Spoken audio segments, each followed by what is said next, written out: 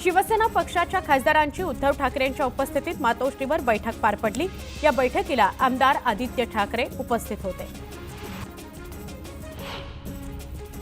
रायगडच्या पालकमंत्रीपदाचा मुद्दा मंत्री भरत गोगावले यांनी सोडलेला नाही। महाडचे ग्रामदैवत वीरेश्वर महाराजांच्या छबिना उत्सवाच्या वेळी दर्शन घेतल्यावर गोगावले यांनी पालकमंत्रीपदावर भाष्य केलं। वीरेश्वर महाराज माझ्या मतदारसंघातील देवस्थान आहे। आतापर्यंत मागितलेलं त्यांनी सगळं मला दिलेलं आहे।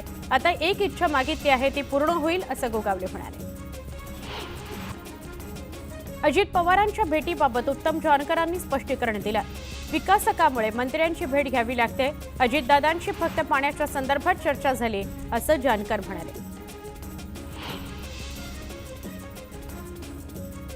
नवी मुंबईतील वन विभागाची शेकडो एकर जमीन MIDCची असल्याचं सांगत ती जमीन 60,000 रुपये मीटर या दरानं विकल्याचा गौप्यस्फोट गणेश नाईक यांनी केलाय।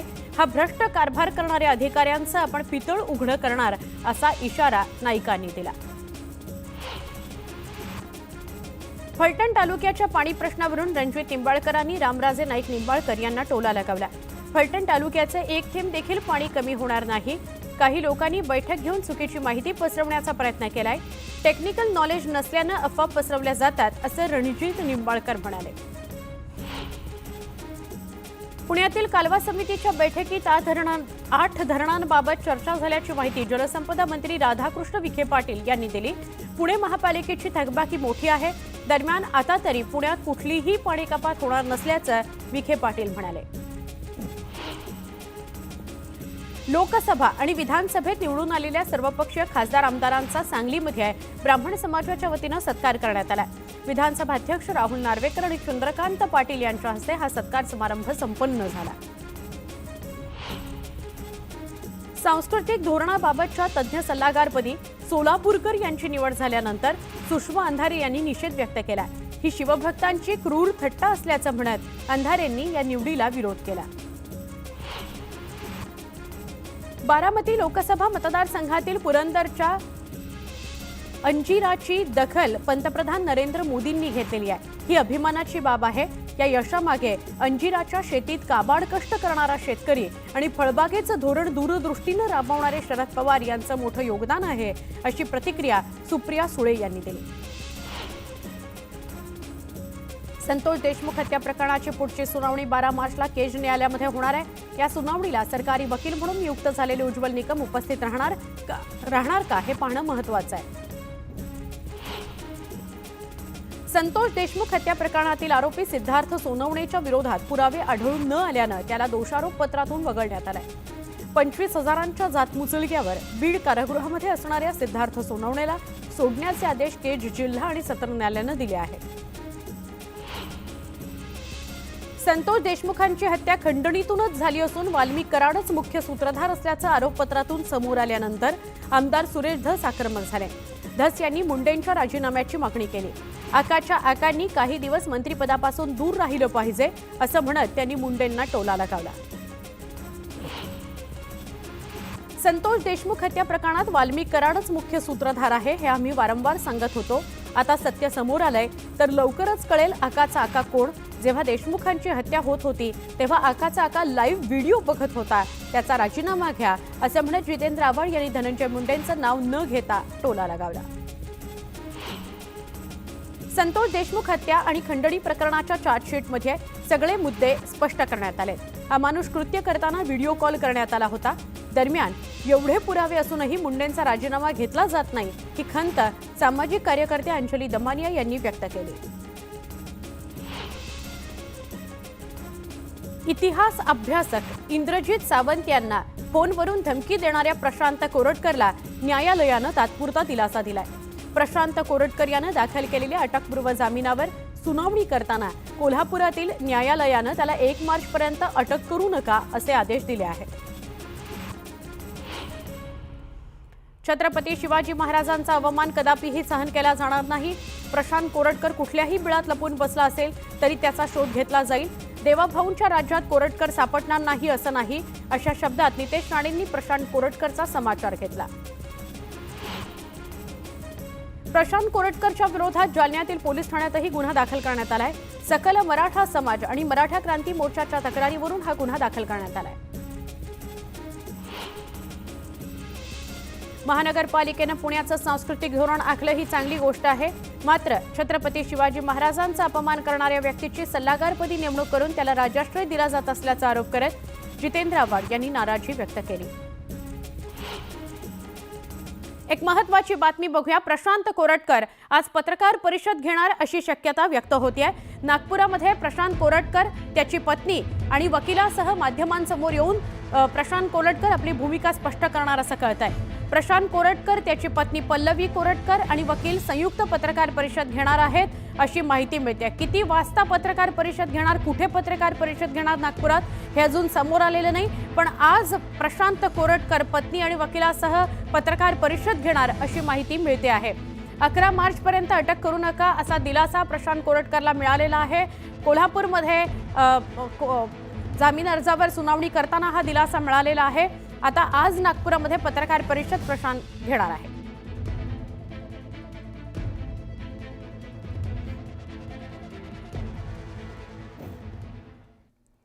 पुन्हा एकदा वेगवान स्वरूपातल्या बातम्या. मुंबई विमानतळावरील बहुमजली पार्किंग तळापाशी पैसे देताना होणारी गर्दी टाळण्याकरता आता विमानतळावर डिजिटल पेमेंट व्यवस्था करण्यात आली आहे. Mobile wallet, debit card, credit कार्डद्वारे सुद्धा पेमेंट करता येईल. यामुळे लोकांच्या वेळेत बचत होईल असा दावा करण्यात आला आहे. मल्हारगडावर एका जोडप्याकडून दुर्गप्रेमींवर प्राणघातक हल्ला करण्यात आला. दुर्गप्रेमीनं जोडप्याचं मल्हारगडावर अश्लील चाळे करतानाचे व्हिडिओ काढल्याच्या रागातून मारहाण करण्यात आली. ठाणे बेलापूर मार्गावर बर्निंग कारचा थरार बघायला मिळाला. घणसोली स्टेशन समोर धावत्या कारला आग लागली. अग्निशमन दलाच्या जवानांनी आगीवर नियंत्रण मिळवलं. भिवंडी तालुक्यातील दिवे केवणी ते खारबाव या खाडीमध्ये अवैधरित्या रेती काढणाऱ्या सेक्शन पंपाला पेटवण्यात आलं. तसंच 2 सक्शन पंप बंदरावर खेचून आणून गॅस कटरच्या सहाय्याने ते नष्ट करण्यात आले. सोलापूरच्या दुहेरी जलवाहिनी कामाची महापालिका आयुक्त सचिन ओंबासे यांनी पाहणी केली. सद्यस्थितीत 110 किलोमीटरपैकी 108 किलोमीटर पाईपलाईन टाकण्याचं काम तसंच 84 किलोमीटरची हायड्रोलिक चाचणी पूर्ण झालेली आहे. पुण्यामधून एक मोठी बातमी आपण बघतोय. पुन्हा पुण्यामध्ये तोडफोडीची घटना घडलेली आहे. गाड्यांची तोडफोड करण्यात आलेली आहे. भारती विद्यापीठ या परिसरामध्ये भारतनगर इथं 10 ते 12 वाहनांची तोडफोड करण्यात आलेली आहे. यामध्ये काही दुचाकी आहेत, काही रिक्षांचा समावेश आहे, टेम्पो आणि 4 चाकीचा सुद्धा समावेश आहे. अज्ञात व्यक्तीकडून या वाहनांची तोडफोड करण्यात आलेली आहे. वाहनांच्या तोडफोडीचं सत्र पुण्यामध्ये काही कमी होत नाहीये. वेगवेगळ्या भागांमध्ये वाहन तोडफोडीच्या घटना घडतायत आणि अज्ञातांवर गुन्हे दाखल केले जात आहेत. या तोडफोडीच्या घटनेनं भारतनगर या परिसरात भीती पसरलेली आहे. भारती विद्यापीठ पोलीस ठाण्यात तक्रार दाखल करण्यात आली आहे आणि पोलिसांकडून या प्रकरणाचा तपास सुरू आहे.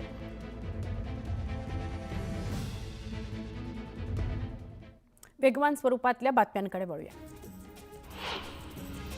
अंमली पदार्थांच्या गुन्ह्यात पोलीस अधिकारी आणि कर्मचाऱ्याचा सहभाग आढळला तर त्याला थेट बडतर्फ करण्यात यावं अशी महत्त्वाची सूचना केली आहे मुख्यमंत्री देवेंद्र फडणवीस यांनी. तसंच महिलांवरील अत्याचाराच्या गुन्ह्यांमध्ये न्यायालयात वेळेत आरोपपत्र दाखल करण्याच्या सूचनाही त्यांनी दिल्या आहेत. छत्रपती शिवाजी महाराज टर्मिनस इथं प्लॅटफॉर्म क्रमांक 12 आणि 13च्या लांबीकरणाकरता 28 फेब्रुवारी मध्यरात्रीपासून ते 2 मार्च दरम्यान विशेष ब्लॉक लागू केला गेलाय. या ब्लॉकमुळे मध्य रेल्वे मार्गावर अनेक लांब पल्ल्याच्या गाड्या वळवण्यात आल्या आहेत तर अनेक उपनगरीय सेवा रद्द करण्यात आलेल्या आहेत. केंद्र सरकारनं नोटाबंदीनंतर चलनात आलेल्या 2000 रुपयांच्या नोटांपैकी 98.18% नोटा परत बँकेत जमा झालेल्या आहेत.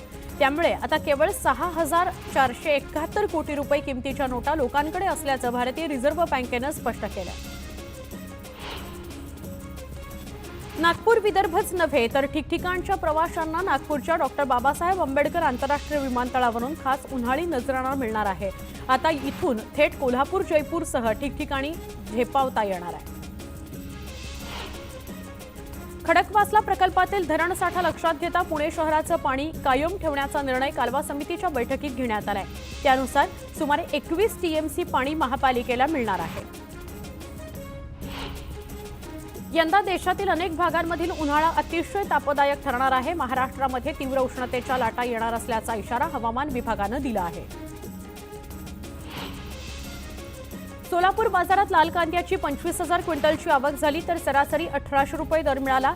लासलगाव बाजारात 11,000 क्विंटलची आवक झाली तर सरासरी 2,270 रुपये दर मिळाला। राज्यातील मोठ्या मध्यम आणि लहान प्रकल्पांमध्ये फेब्रुवारी अखेर एकूण पाणी साठवण क्षमतेच्या 58.68% पाणीसाठा आहे। गेल्या 10 वर्षांमध्ये फेब्रुवारी अखेर सरासरी 46.99% पाणीसाठा असतो।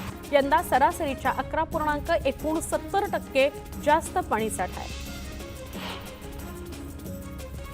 राज्यातील बाजार समितीमध्ये हरभऱ्याची 53,855 क्विंटल आवक झाली।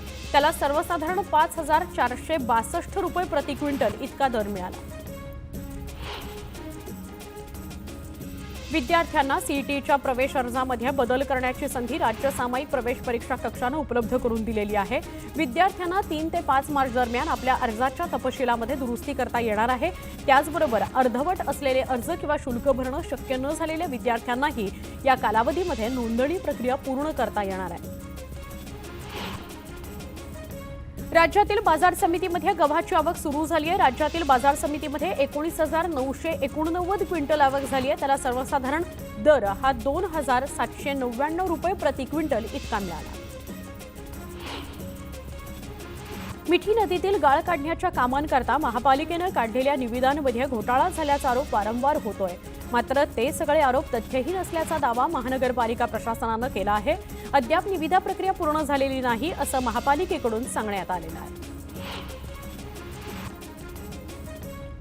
आता म्हाडाशी संबंधित सगळ्या विभागीय मंडळातही लोकशाही दिनाच्या धर्तीवर जनता दिन आयोजित करण्याचा निर्णय घेण्यात आला आहे। त्यानुसार विभागीय मंडळातील मुख्य अधिकाऱ्यांच्या अध्यक्षतेखाली जनता दिन आयोजित करून नागरिकांच्या तक्रारींचं निवारण केलं जाणार आहे। एमएमआरडीएमधील मेट्रो स्थानक रोपवेशी जोडण्याचा निर्णय मुंबई महानगर प्रदेश विकास प्राधिकरणाने घेतला आहे। त्याचा सविस्तर आराखडा तयार करण्याकरता सल्लागाराची नियुक्ती केली जाणार आहे। या सल्लागाराच्या नियुक्तीसाठी निविदा प्रक्रिया राबवण्याची कार्यवाही सध्या सुरू आहे। गेल्या वर्षीच्या हंगामात अतिवृष्टी, पूरस्थिती यामुळे शेतपिकाच्या झालेल्या नुकसानीपोटी राज्यभरातील शेतकऱ्यांना 733 कोटी रुपयांची मदत करण्यात येणार आहे। डीबीटी पोर्टलद्वारे ही मदत थेट लाभार्थी शेतकऱ्यांच्या बँक खात्यात जमा करण्यात येणार आहे। राज्य सरकारने शुक्रवारी याबाबत शासन निर्णय प्रसिद्ध केला। पुणे लोणावळा दरम्यान 3ऱ्या आणि 4थ्या मार्गिकेचा पहिला सविस्तर प्रकल्प अहवाल सादर करून 4 वर्ष लोटली आहेत, तर सुधारित अहवालात आता वर्ष होत आलंय। यानंतरही राज्य सरकारच्या दप्तरी हा महत्त्वाकांक्षी प्रकल्प विचाराधीनच आहे। गोरगरिबांचा दिवाळी दसरा निवडणूक वर्षामध्ये गोड करणाऱ्या आनंदाचा शिधा या योजनेला अखेर ब्रेक लागला आहे। महायुती सरकारनं 2022 मध्ये सुरू केलेली आनंदाचा शिधा ही योजना बंद करण्यात आलेली आहे। यंदाच्या गुढीपाडवा, गणपती आणि दिवाळीला राज्य सरकारकडून माफक दरात दिल्या जाणाऱ्या वस्तू यापुढे जनतेला बाजारभावानेच खरेदी कराव्या लागणार आहेत। 10वीच्या 1 मार्च रोजी उर्दू माध्यमाच्या 3ऱ्या पेपरला लातूर जिल्ह्यातील अहमदपूर इथल्या एका परीक्षा केंद्रावर मोठा गोंधळ उडाला। या परीक्षार्थ्यांना उर्दू माध्यमातील तृतीय भाषा असलेल्या इंग्रजी विषयाचा पेपर देण्याऐवजी इंग्रजी माध्यमातील प्रथम भाषेचा पेपर दिला गेला। ही बाब परीक्षा हॉलमधील परीक्षार्थ्यांना पर्यवेक्षकांच्या निदर्शनास आणून दिल्यानंतर त्यांनी याची दखल घेतली नसल्याचा परीक्षार्थींचा आरोप। या घडीची एक महत्त्वाची बातमी, धनंजय मुंडेचा उद्या राजीनामा होणार। धनंजय मुंडेचा उद्या राजीनामा होणार अशी करुणा मुंडेनं फेसबुक पोस्ट केलेली आहे। करुणा मुंडेच्या फेसबुक पोस्टमुळे चर्चेला उधाण आलेलं आहे। या घडीची महत्त्वाची बातमी, करुणा मुंडे हिने एक फेसबुक पोस्ट टाकलेली आहे आणि या फेसबुक पोस्टमध्ये करुणा मुंडेनं असं लिहिलंय की धनंजय मुंडेचा उद्या राजीनामा होणार। या घडीची महत्त्वाची बातमी आहे। आता जे काही वातावरण तयार झालेलं आहे धनंजय मुंडेंविरोधात, त्यांनी राजीनामा द्यावा यासाठी जे काही वारंवार विरोधक सामाजिक कार्यकर्ते एकवटलेले आहेत, त्या पार्श्वभूमीवरची ही पोस्ट करुणा मुंडे यांची फार महत्त्वाची। आमच्या प्रतिनिधी प्रणाली कापसे यांच्याशी अधिक बोलूया। प्रणाली, काय सांगाल, करुणा मुंडेची ही पोस्ट चर्चांना उधाण आलंय? अगदी खरं आहे. उद्यापासून राज्य शासनाचं अर्थसंकल्पीय अधिवेशन सुरू होत आहे आणि त्या दिवसाच्या आधी म्हणजे आज आपण पाहतो की करुणा मुंडे यांनी ही फेसबुक पोस्ट लिहिलेली आहे, ज्याच्यामध्ये 3/3/2025 राजीनामा होगा असं त्यांनी म्हटलेलं आहे.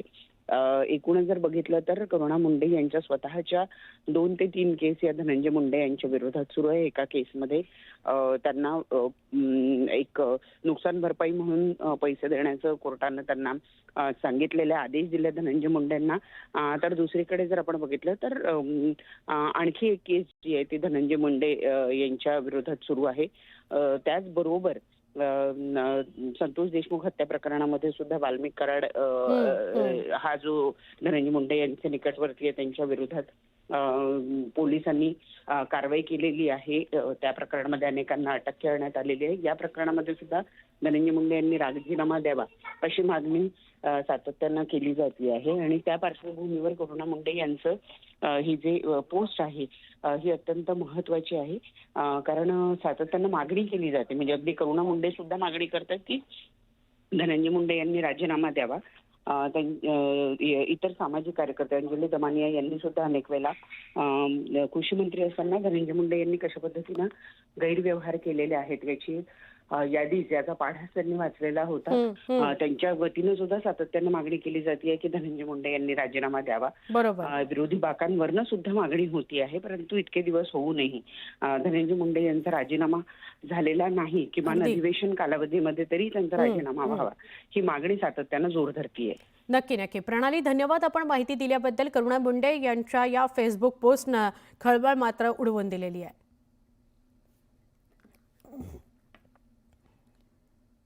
आपण पुन्हा एकदा वळूया वेगवान स्वरूपातल्या बातम्यांकडे. मावळमधल्या पिरंगुटमधील राष्ट्रीय महामार्गावरील पूल गेल्या अनेक दिवसांपासून प्रलंबित होता. मुळशीकरांचं हे स्वप्न आता प्रत्यक्षात येत आहे. या पुलाचं काम मार्गी लागल्यानं मुळशीकरांना दिलासा मिळालाय. कोल्हापूर जिल्ह्यात झालेल्या अतिवृष्टी आणि मुसळधार पावसानं यंदा ऊसाचं आणि पर्यायानं साखरेचं उत्पादन घटलंय. गेल्या वर्षीच्या तुलनेमध्ये यावर्षी तब्बल 8.5 लाख टन ऊसाचं कमी गाळप झालंय, तर साखर उत्पादनामध्ये 13,29,000 क्विंटलनं घट झाल्याचं दिसून येत आहे. न्यायालयामध्ये नोकरी करण्याची इच्छा असणाऱ्यांसाठी महत्त्वाची बातमी आहे. मुंबई उच्च न्यायालयाच्या नागपूर खंडपीठात शिपाई पदासाठी भरती केली जाणार आहे. महत्त्वाचं म्हणजे 7वी, 10वी आणि 12वी उत्तीर्ण झालेले उमेदवार या पदाकरता अर्ज करू शकणार आहेत. राज्यातील 1.25 लाख मुख्यमंत्री युवा कार्य प्रशिक्षणार्थी कर्मचाऱ्यांची मुदत संपली आहे. अशात प्रशिक्षणार्थींचा मुदतवाढीचा प्रश्न राज्य सरकारनं येत्या 3 मार्चपर्यंत सोडवावा, अन्यथा 4 मार्चला हजारो प्रशिक्षणार्थींना घेऊन देहूमधून मुंबईकडे लाँग मार्च काढला जाईल असा इशारा महाराष्ट्र युवा प्रशिक्षणार्थी संघटनेचे पश्चिम महाराष्ट्र प्रमुख तुकाराम बाबा महाराज यांनी दिला. पुणे शहरातील सांडपाणी वाहिन्या स्वच्छ करण्याच्या महापालिकेच्या कामातही आता राज्य शासनानं हस्तक्षेप केलाय. शासनाच्या सांगण्यावरून महापालिकेला पुढील 7 वर्षांकरता तब्बल 95 कोटी 4 लाख रुपये सांडपाणी वाहिन्या साफसफाईसाठी मोजावे लागलेले आहेत. देशाचा परकीय चलनाकरता 21 फेब्रुवारी रोजी संपलेल्या आठवड्यामध्ये 4.758 अब्ज डॉलरनं वाढून 640.479 अब्ज डॉलरवर पोहोचल्याचं रिझर्व्ह बँकेनं जाहीर केलं. सोन्याचा साठा 426 दशलक्ष डॉलरनं वाढून 74.576 अब्ज डॉलरवर पोहोचला आहे.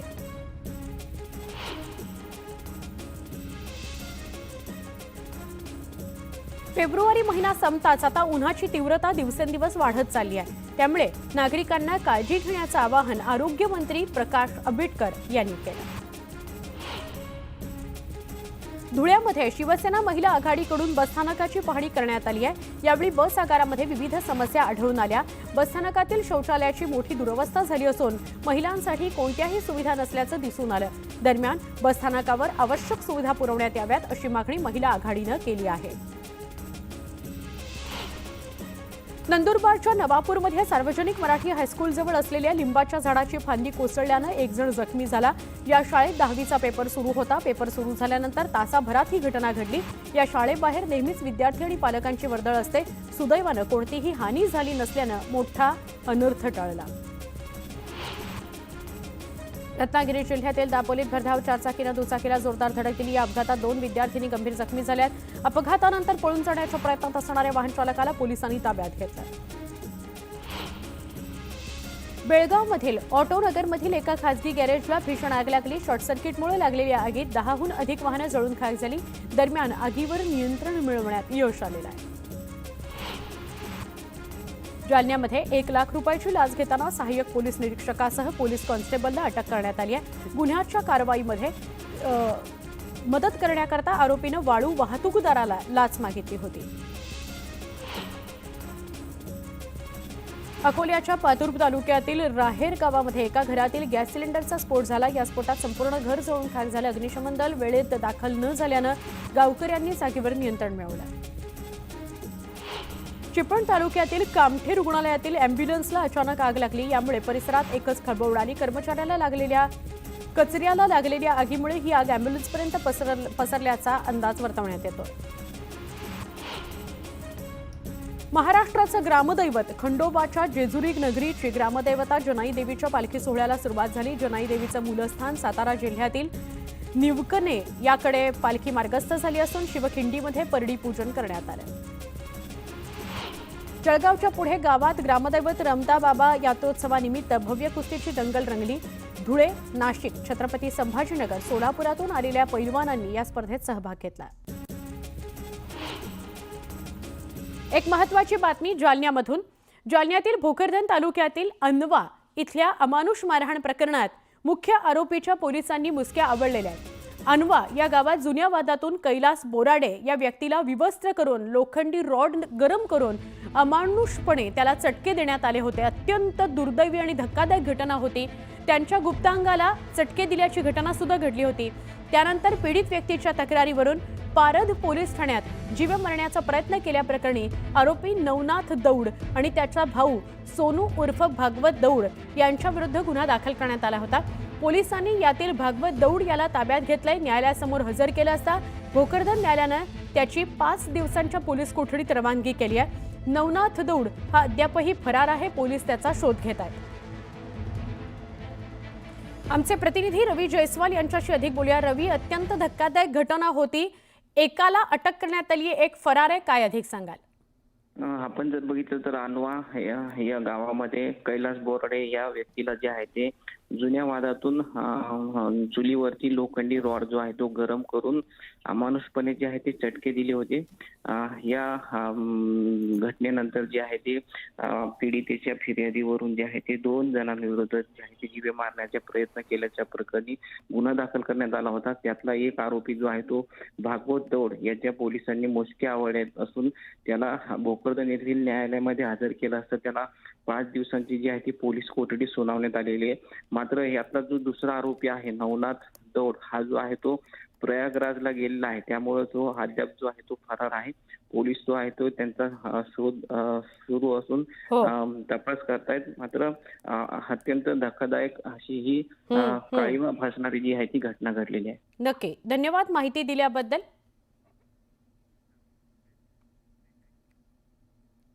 पुन्हा एकदा आपण वेगवान स्वरूपातल्या बातम्यांकडे वळतोय।